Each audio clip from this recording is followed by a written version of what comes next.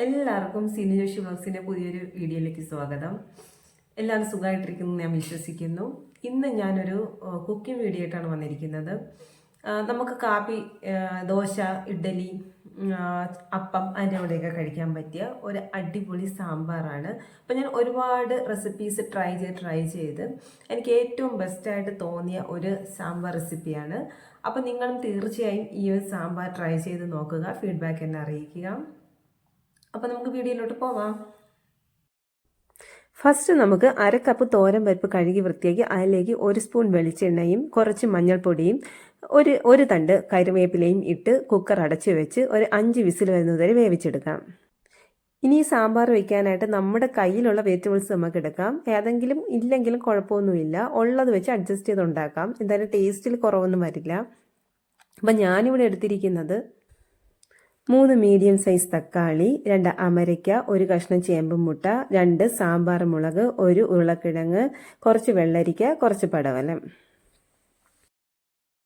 ഇനി ഞാൻ മുരിങ്ങയ്ക്ക വെന്ത് പിരുന്ന് സാമ്പാറിൽ ഫുള്ളാവാതിരിക്കാൻ വേണ്ടി സെപ്പറേറ്റ് ഒരു പാത്രത്തിലിട്ടാണ് വേവിക്കുന്നത്. നിങ്ങൾക്ക് അത്രയും ക്ഷമയില്ലെങ്കിൽ കുക്കറിൽ ഈ വെജിറ്റബിൾസിൻ്റെ കൂടെ ഇട്ട് വേവിക്കാം. പക്ഷെ അത് ഫുള്ള് വെന്ത് പിരുന്ന് പിന്നെ സാമ്പാർ ഫുള്ള് നാര് പോലെയാവും. അപ്പോൾ അത് കഴിക്കാനുള്ള ഒരു ബുദ്ധിമുട്ട് കൊണ്ടാണ് സെപ്പറേറ്റ് ഞാനൊരു പാത്രത്തിൽ മുരിങ്ങയ്ക്ക മാത്രമായിട്ട് വേവിക്കുന്നത്. ഇപ്പോൾ കുക്കറിൻ്റെ ആവി ഫുൾ പോയിട്ടുണ്ട്. ഇനി കുക്കർ തുറന്ന് നമുക്ക് സാമ്പാർ പരിപ്പ് നന്നായിട്ട് സ്പൂൺ വെച്ച് ഉടച്ചെടുക്കാം. എന്നിട്ട് നമുക്ക് അതിലേക്ക് ആവശ്യമുള്ള വെള്ളം ഒഴിച്ചു കൊടുക്കാം. അപ്പോൾ വെള്ളം ഒഴിക്കുമ്പോൾ നമ്മൾ ഇടാൻ പോണ പച്ചക്കറി എത്രയുണ്ട് അത് മുങ്ങി നിൽക്കുന്ന രീതിയിലുള്ള വെള്ളമാണ് ഒഴിക്കേണ്ടത്. ഞാനിപ്പോൾ ഒഴിച്ചത് കറക്റ്റാണ്. എന്നിട്ട് എല്ലാവരും പച്ചക്കറി എല്ലോട്ട് ഇട്ടിട്ട് വെള്ളം കറക്റ്റാണോ എന്ന് നോക്കുക. ഓവർ വെള്ളം ആവരുത്. അങ്ങനെയാണെങ്കിൽ വെയിറ്റ് പൊങ്ങുന്ന സമയത്ത് വിസിൽ വന്ന് വെയിറ്റ് പൊങ്ങുന്ന സമയത്ത് തൂകിത്തെറിക്കാനുള്ള ചാൻസ് ഉണ്ട്. അപ്പോൾ അതുകൊണ്ടാണ് വെള്ളം പച്ചക്കറി മുങ്ങി നിൽക്കാനുള്ള അളവിൽ മാത്രമേ ഒഴിക്കാവൂ. ഇനി ഇതിലേക്ക് ആവശ്യമുള്ള ഉപ്പും കൂടി ഇട്ടിട്ട് കുക്കർ അടച്ചു വെച്ച് 2 വിസിൽ വരുന്നതുവരെ വേവിക്കാം.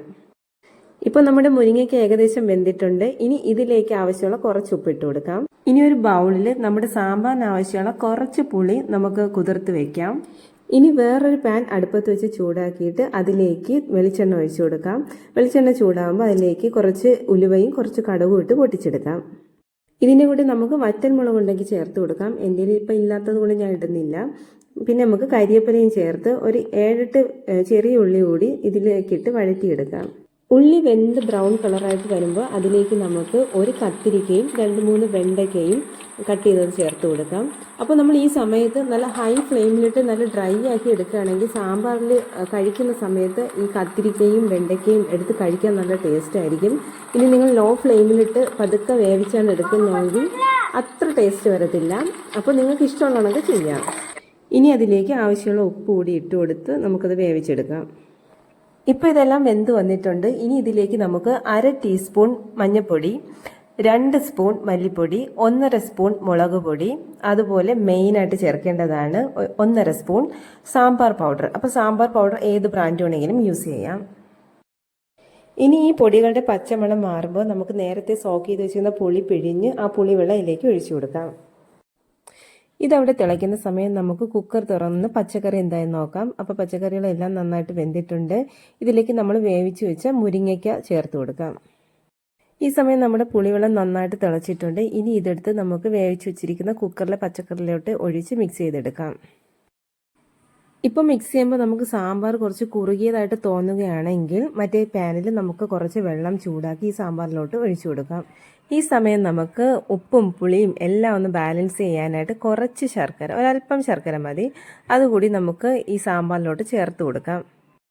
ഇനി ലാസ്റ്റ് കടുക് വറുക്കണം. പാനിൽ എണ്ണ ഒഴിച്ച് ചൂടാക്കി എണ്ണ തിളയ്ക്കുമ്പോൾ അതിലേക്ക് കുറച്ച് കടുകും 2 ചെറിയ ഉള്ളിയും കറിവേപ്പിലയും കൂടി ഇട്ട് കൊടുത്ത് വറ്റൽമുളക് ഉണ്ടെങ്കിൽ അതും കൂടി ചേർത്ത് നമുക്ക് സാമ്പാറിലേക്ക് ഒഴിച്ചു കൊടുക്കാം. ഈ സമയം ഇതിലേക്ക് നമുക്ക് അല്പം ഉലുവാപ്പൊടിയും കായപ്പൊടിയും മല്ലിയിലയും ചേർക്കാം. അങ്ങനെ നമ്മുടെ സാമ്പാർ റെഡി ആയിട്ടുണ്ട്. ഇത് പെർഫെക്റ്റ് ടേസ്റ്റാണ്. എല്ലാവർക്കും എന്നെ വിശ്വസിച്ച് ഈ റെസിപ്പി ട്രൈ ചെയ്യാം. എല്ലാവരും ട്രൈ ചെയ്തിട്ട് ഫീഡ്ബാക്ക് എന്നെ അറിയിക്കണം. അപ്പോൾ പുതിയൊരു വീഡിയോ ആയിട്ട് വരാം. ബൈ.